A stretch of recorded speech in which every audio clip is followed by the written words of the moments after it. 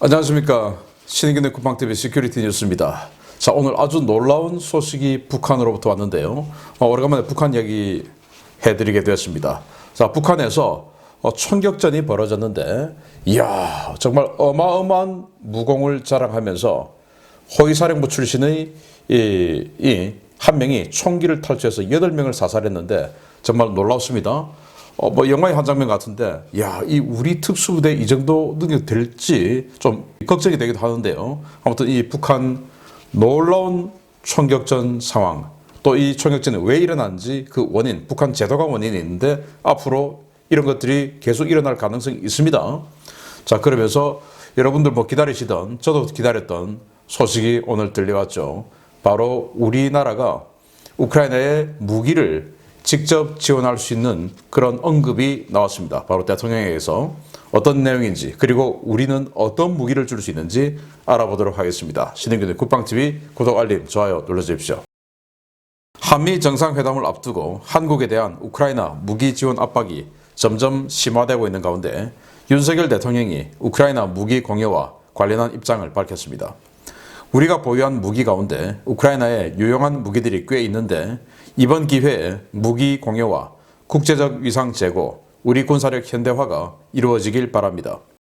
윤석열 대통령이 우크라이나에서 민간인에 대한 대규모 공격 등이 발생할 경우 군사적 지원 제공을 고려할 것이라고 밝혔다고 로이터 통신이 현지 시각 4월 19일 보도했습니다. 윤 대통령은 민간인에 대한 대규모 공격, 학살, 심각한 전쟁법 위반과 같이 국제사회가 용납할 수 없는 상황이 있다면 우리가 인도주의적 또는 재정적 지원만 주장하는 것이 어려워질 수 있다라며 러시아의 전쟁 범죄 행위를 전제로 살상 무기 제공이 이루어질 수 있음을 경고했습니다. 로이터는 한국 정부가 우크라이나에 살상용 무기 제공 의향을 드러낸 것은 이번이 처음이라고 평가했는데요. 이를 두고 주요 외신에서는 살상용 무기 지원은 제한한다는 한국 정부의 입장이 선회하는 것 아니냐라는 관측도 나오고 있습니다. 주목할 만한 것은 윤 대통령의 이번 발언이 메릭 갤런드 미 법무장관의 러시아 전쟁 범죄 국제조사 발언 직후에 나왔다는 것인데요. 윤 대통령이 오는 한미 정상회담에 앞서 미국의 협상용 카드로 우크라이나 무기 지원 이야기를 꺼냈을 가능성도 제기되고 있습니다.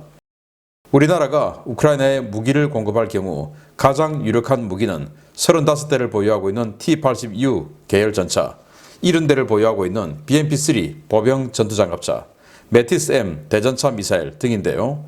해당 장비들은 우크라이나 군도 이미 대량으로 보유 중인 장비들이어서 별도의 운용 교육 없이 즉각적인 전력화가 가능하다는 장점이 있습니다. 로이터와 외신들은 한국의 우크라이나 무기 지원이 서방 세계와 보조를 맞출 수 있다는 뜻이라며 환영의 입장을 밝혔는데요.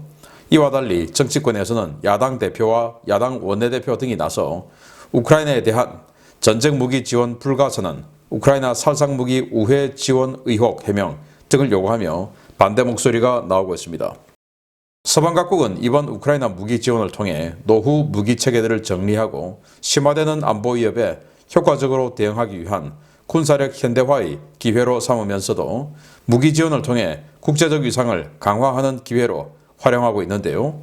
우리나라도 빠른 시일 내에 무기 지원 결정을 내리고 자유민주주의 우방들과 걸음을 맞춰야 하겠습니다. 정말 올바른 결정이다. 올바른 결심이다. 이렇게 봅니다. 한미 정상회담이 이제 다가오면서 아마 미국에서 이러한 어떤 그 압박이 있었을 것으로 봅니다. 한미 정상회담에서 분명히 우리가 미국에 요구하는 그런 조건들도 있을 것이고 미국도 우리에게 요구하는 조건이 있을 겁니다. 그런 것들을 담아서 정상회담이라는 요식행위를 거치고 공동선언을 하게 될 텐데 여기에 뭔가를 담으려면 니들도 우리에게 뭐 좀 내놔 이런 요구가 당연히 있겠죠.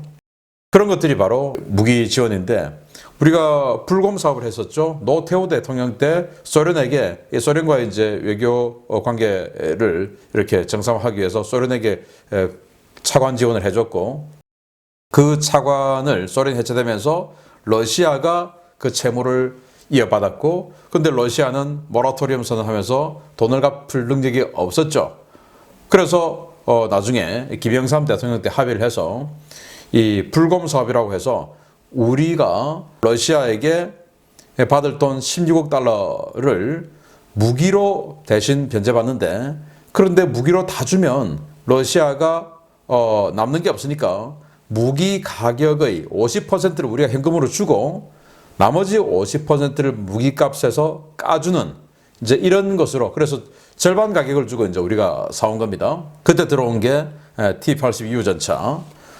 지금 우리 3기갑에 있다가 지금 이제 이 KCTC 과학과 훈련장에 가서 대항군으로 쓰고 있고, 또 이게 사실은 우리 한국 육군 본부에서 한 10년 전부터 조기 퇴역을 염두에 두고 있었어요. 왜냐하면 부품 공급이 제때제때 안 되니까, 후속 군수진이 안 되니까 가동률이 너무 떨어져서 도저히 스트레스 받아서 운용을 하기가 힘들었다라는 게 이제 10년 전부터 육군 본부의 고민이었는데, 그걸 그래도 이제 지금까지 운영해 오다가 결국은 이제 KCTC에서 대항군으로 뭐 북한군 전차하고 크게 뭐 좀 다르긴 하지만 그래도 이제 혈통이 비슷하다고 대항군으로 쓰고 있는 뭐 그런 상황이었습니다. 그래서 제가 작년 전쟁 초기부터 이거 우크라이나에 주자라는 주장을 계속 했던 거 여러분들 기억하시죠? 이거 35대. 그러니까 우크라이나에게 가면 완전히 정상급 전차로 활용할 수 있습니다. 바로 또 활용할 수 있죠. 우크라이나가 T-80의 원형인 T-64를 대량으로 만들었고 T-80도 만들었던 그런 나라 아니겠습니까? 그리고 BMP-3 보병전투 장갑차 100mm 주포에다가 옆에 30mm 기관포 동축으로 달고 있는, 공격력은 어마어마하게 강력한데 이제 방어력이 좀 약한 이런 보병전투 장갑차, 이거 이런 데 갖고 있어요. 그래서 이런 거 좀 주면 완전히 한 개 기갑 여단을 만들어줄 수 있죠. 100대니까 100대의 전차 장갑차를 줄 수 있고, 그리고 이 강원도 지역의 우리 육군 사단에 대전차 무기로 이렇게 메티스 M이라는 대전차 미사일 대량으로 가지고 있습니다. 이거 갖다 주면 바로 그냥 운영할 수 있죠. 그래서 우리가 지금 현궁 만들었으니까 굳이 메티스 M에 미련 두지 말고 우리 현궁으로 다 대체하면 되니까. 그래서 우리 한국 육군이 가지고 있던 전차 35대 빠지면 우리 K2 전차 35대 만들면 되잖아요. 지금 유럽은 그런 식으로 강제적으로 지금 뜻하지 않게 군사력 현대화에 나서고 있는 겁니다. 자기네들이 가지고 있던 무기 우크라이나 주고, 그러면 그 무기를 다시 채워 넣어야 되니까 시정 무기로 바꾸고 이제 이러고 있는 거예요. 그래서 우리도 뭐 좋았으면 35대 K2 전차 사야죠.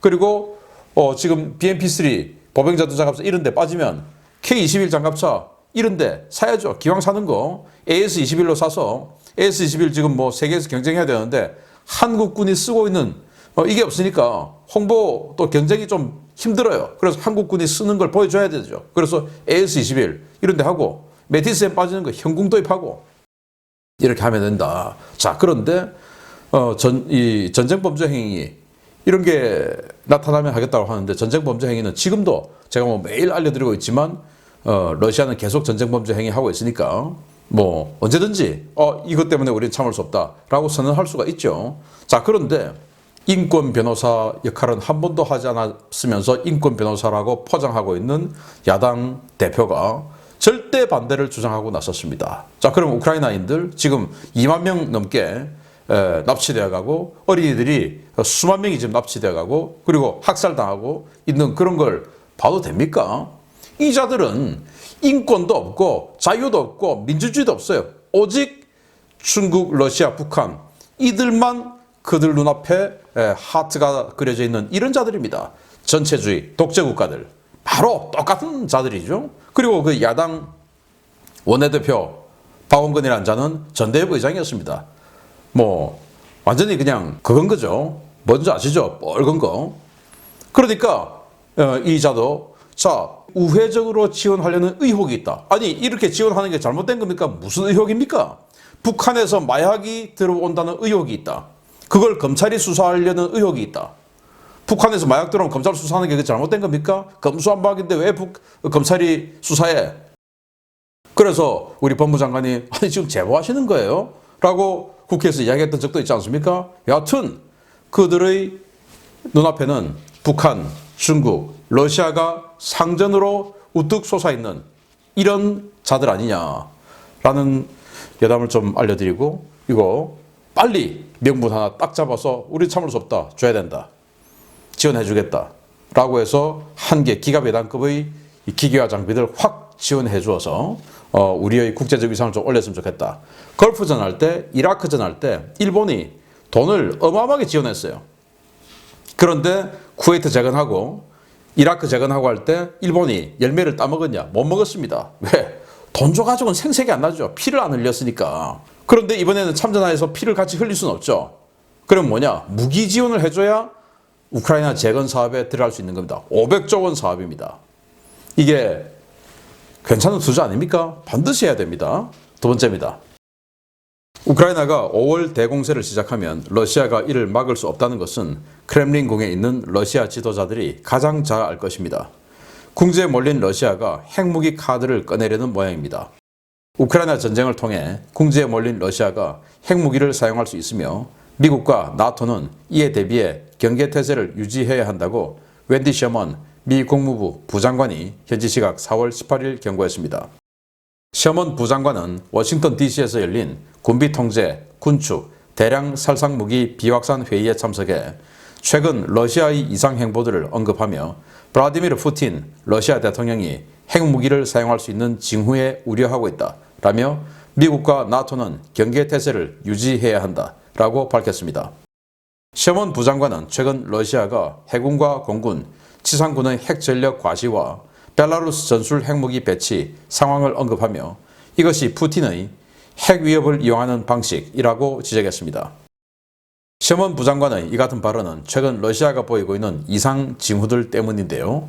현재 러시아는 벨라루스에 수호-25 투하용 전술 핵폭탄을 배치하고 벨라루스군에 이스칸데르-M 미사일을 이관한 뒤 이들에게 이스칸데르-M 미사일을 이용한 전술 핵공격 훈련을 시키고 있습니다. 러시아는 해군력을 이용한 핵무력 시위도 벌이고 있는데요. 북방 함대가 4월 10일부터 대대적인 훈련에 들어갔고 태평양 함대 역시 4월 14일부로 최고 수준의 전투 준비 태세를 발령해 4월 19일 현재 동해상에서 미사일과 실탄을 쏘며 고강도 무력 시위를 벌이고 있습니다. 이와 관련해 벤 월러스 영국 국방장관은 현지 시각 4월 18일 러시아 잠수함들이 북대서양과 아일랜드 인근 북해에서 비정상적인 항로를 이용해 북미 대륙 방향으로 이동 중이며 현재 영국 해군이 이들을 추적하고 있다라고 밝혔습니다. 현재 북방 함대는 전투 준비 태세가 유지되는 상태에서 다수의 잠수함이 북해, 바렌츠해, 북극해 일대에서 실전 모드로 훈련을 진행 중인데요. 일부 전략 원잠은 대서양 방향으로, 포세이돈 핵 의뢰를 장착한 벨고로드 잠수함은 태평양 방면으로 이동 중인 것으로 알려졌습니다. 실제로 러시아 관영 타스 통신은 모스크바 시각 4월 18일 태평양 함대의 훈련 영상을 공개하며 이번 훈련이 전략 원잠과 다목적 핵 잠수함의 태평양 작전구역 진출 호위에 초점을 맞추고 있다고 밝혔는데요. 이번 훈련은 2만 5천 명의 병력과 167척의 함정, 89대의 항공기와 12척의 잠수함이 참여하는 사상 최대 규모로 진행되고 있다고도 덧붙였습니다. 러시아 국방부의 발표에는 다목적 핵잠수함이라는 용어가 등장하는데요. 이 때문에 일각에서는 지난 4월 3일 러시아 북방함대의 세베로도빈스크를 출항한 벨고로드 잠수함이 이미 태평양 함대 구역으로 진입한 것이 아니냐라는 관측도 제기하고 있습니다. 러시아의 이러한 움직임은 우크라이나에 대한 무기 지원을 계속하고 있는 서방 세계에 대한 무력 시위이자 중국의 매력을 어필하고 지원을 얻어내려는 의도가 있는 것으로 풀이되는데요. 지나칠 정도로 고강도의 무력 시위를 하는 러시아가 이번 훈련을 전후해 정말 큰 사고를 치지 않을지 우려가 커지고 있습니다. 네, 푸틴이 핵무기를 사용하려는 징후를 보인다라고 이 웬디 셔먼 미 국무부 장관과 또 이 영국의 벤 월러스 국방장관이 거의 비슷한 시간에 그렇게 이야기를 했습니다. 그건 경고적 차원에서 한 말일 수도 있지만 완전히 근거 없는 것은 아닐 것이다. 그래서 이렇게 핵 잠수함들이 대거 출항하고 있고 지금 이 태평양 함대에서는 어마어마하게 지금 많은 잠수함들이 출항하고 있죠. 자, 이런 식으로 해서 동해 북부 지역에서 대규모 무력 시위를 하고 있는데 문제는 이제 이 북방 함대를 출발한 벨고로드 함이 이런 식으로 크게 돌아와서 태평양 함대에 배치되어 있을 가능성이 아주 크다. 왜냐? 태평양 함대가 뭐라고 이야기했냐? 이번 훈련의 초점은 잠수함들이 작전 해역으로 진입하는 것을 호위하는 임무에 초점을 두고 있다. 그러면서 아까 잠수함들 많이 출항했죠? 그런데 또 러시아 국방부는 다목적 핵잠수함이라는 이야기를 했어요. 다목적 핵잠수함, 전략원잠, 공격원잠, 뭐 이렇게 우리가 핵잠수함을 알고 있는데 다목적 핵잠수함, 바로 그게 벨고로드함, 이 포세이돈 어뢰를 핵 어뢰를 쏘는 벨고로드함을 지칭하는 것이 아니냐라고 다들 분석하고 있습니다. 4월 3일 날 벨고로드함이 세베로도빈스크를 출항했는데 한 10,000km 되죠. 그러면 4월 3일 출항했으니까 지금 이미 뭐 시속 20노트로 수중해서 주행을 한다고 보면 이미 도착하고도 남았습니다. 그러니까 이런 이 상황을 염두에 뒀을 때 태평양 함대에 핵 어뢰를 쏘는 벨고로드가 왔다. 그걸 지금 과시하는 거다. 왜? 중국에게 우리 이렇게 네가 대만을 치러 갈 때 일본 그리고 여기에서 증원되는 미국 우리가 확실하게 차단해 줄 테니까 그 임무를 우리가 지금 이렇게 맡을 수 있는 능력도 되잖아. 자, 보여줄게. 봤지? 그러니까 지금 탄약, 무기 지원 좀 해줘. 이런 딜을 하는 것이 아니냐라는 쪽으로도 해석을 할 수가 있습니다. 아무튼 이런 식으로 동서 그리고 대륙, 해양 그리고 독재, 자유민주주의 세력이 완전히 지금 편을 가르고 있는 그 진영이 명확해진 상태에서 대한민국 우리 뭡니까? 해양 세력이죠. 그리고 우리 뭡니까? 자유민주주의죠. 당연히 자유민주주의 세력에 이제 편이 그냥 확실하게 선이 명확해졌으면 우리도 자유민주주의 세력에 서야 된다라는 말씀을 드립니다. 세 번째입니다.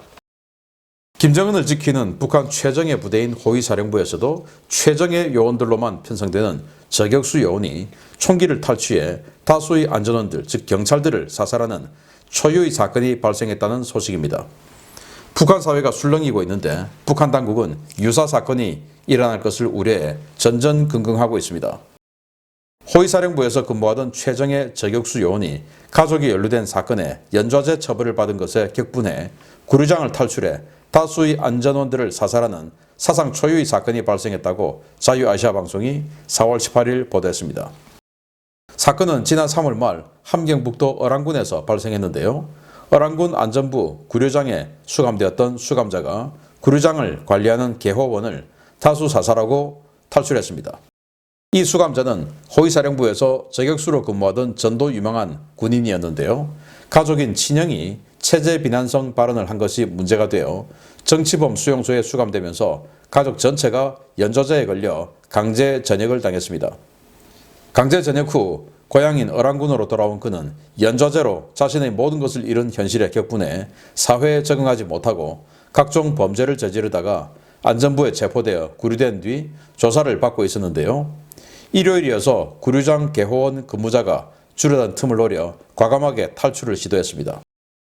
그는 특수부대원답게 전기수리 공구함에서 꺼낸 망치로 개호원의 머리를 쳐 쓰러뜨린 뒤 개호원이 가지고 있던 토카레프 권총을 탈취해 구류장 탈출을 시도했습니다.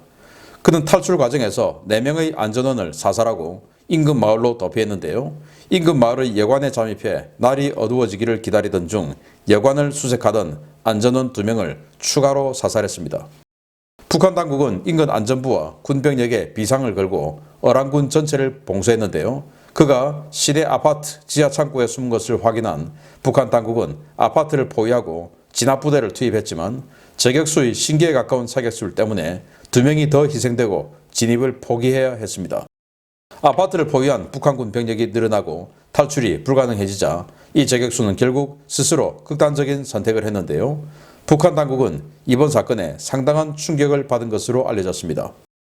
주민들은 당국이 연좌제를 적용해 멀쩡한 동생까지 처벌하지 않았다면 이런 일은 발생하지 않았을 것이라며 당국을 비난하고 있는데요.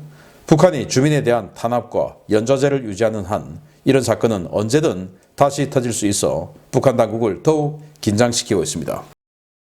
네, 김정은이가 이 정도로 했다는 건 아니고 김정은을 호위하는 호위사령부의 저격수가 자기 형이 체제 비난 발언을 했기 때문에 너도 사상이 이제 구정물이 된 거야. 너는 주변에 있을 자격이 없어 해서 연좌제를 적용받고 강제 전역을 당한 겁니다. 그러니까 자기는 완전히 그냥 앞에 꽃길만 펼쳐져 있는 군인이었는데 형 때문에 자기하고 아무 상관이 없었던 그런 산으로 인해서 자기는 완전히 인생의 나락으로 떨어져 버린 거죠.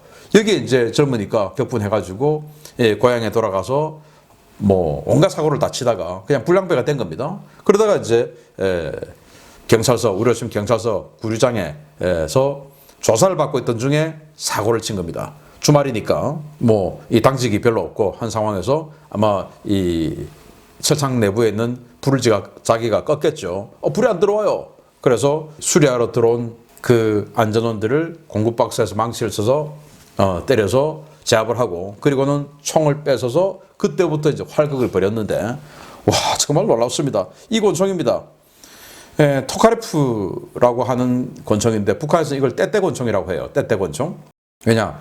토칼레프 TT라는 이름이 붙어 있습니다. 그런데 이게 7.62mm, 우리 한국 권총 9mm 아닙니까? 이거 7.62mm, 그러니까 우리 한국 권총보다 위력이 좀 약해요. 북한의 좀 고위층들은 백두산 권총을 들고 있고, 이제 일반 그 하급 관리들이 이렇게 떼떼 권총을 들고 있는데 약합니다. 7.62mm. 그런데 이걸 들고 나가면서 4명을 사살하고, 이게 이제 8연발인데, 물론 탄창 하나 가지고 다 하진 않았겠죠. 하면서 이제 다른 사살한 자의 탄창도 좀 확보를 하고 이렇게 해서 나가면서 권총으로 4명을 쐈다? 이거 몸에서 좀 잘 안 죽는다고 저는 봅니다.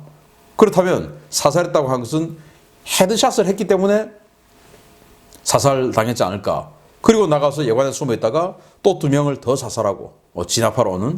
그런데 이제 군대까지 동원해서 또 아파트 지하에 숨어 있는데 군대까지 동원해서 진압하러 들어오는 걸 군대는 소총 들고 있지 않습니까? 그 소총과 자기는 권총을 들고 싸워가지고 또 2명을 더 사살하고 그런데 이제 도저히 안 되겠다. 군대가 완전히 포위망을 구축하고 있으니까 안 되겠구나 해서 자총을 스스로 이제 죽었다라는 겁니다. 자, 8명을 죽였어요. 권총 가지고 제격수 출신인데 만약에 소총을 탈취했다. 저는 1개 소대 이상을 죽였을 수도 있다. 라고 봅니다. 아니 위력이 약한 이 떼떼 권총 가지고 8명을 죽였다. 자 그래서 야 우리 대통령 경호실에 있는 경호원들이 이 정도로 셀까? 우리 특수부대에 있는 특수부대원들이 이 정도로 셀까? 권총 가지고 이런 걱정이 확 드는데요. 호위사령부가 또 10만 명이나 되지 않습니까? 물론 10만 명이 다 이 정도 무력을 가지고 있지는 않겠지만 아무튼 북한군이 뭐 못 먹고 뭐 어떻게 해서 북한군은 그냥 훅 치면 다 넘어갈 거야. 이런 생각을 너무 우리가 심각하게 가져서는 안 되겠다. 북한군도 이를 악물고 싸우면 이런 어마어마한 무력을 나타낼 수 있는 기본 기량이 있다. 다만 그것은 의지가 있을 때 그 실력이 나오는 거죠. 우리는 이제 그 의지를 꺾을 심리전을 계속해야 되는데 어란군은 여기입니다. 여기에서 이 사고를 쳤는데 아무튼 뭐 우리나라도 연좌제 없어져서 남으로 인한 내가 아닌 타인으로 인한 가족이지만 타인으로 인한 이런 불이익은 우리는 없습니다. 그런데 북한은 아직 이게 유지되고 있기 때문에 이런 불행한 일이 생겼는데 아무튼 뭐 저는 여기에서 우리 한국군은 이 정도 능력이 될 수 있을까라는 생각이 갑자기 들어서 좀 걱정이 되기도 합니다. 마치겠습니다. 감사합니다.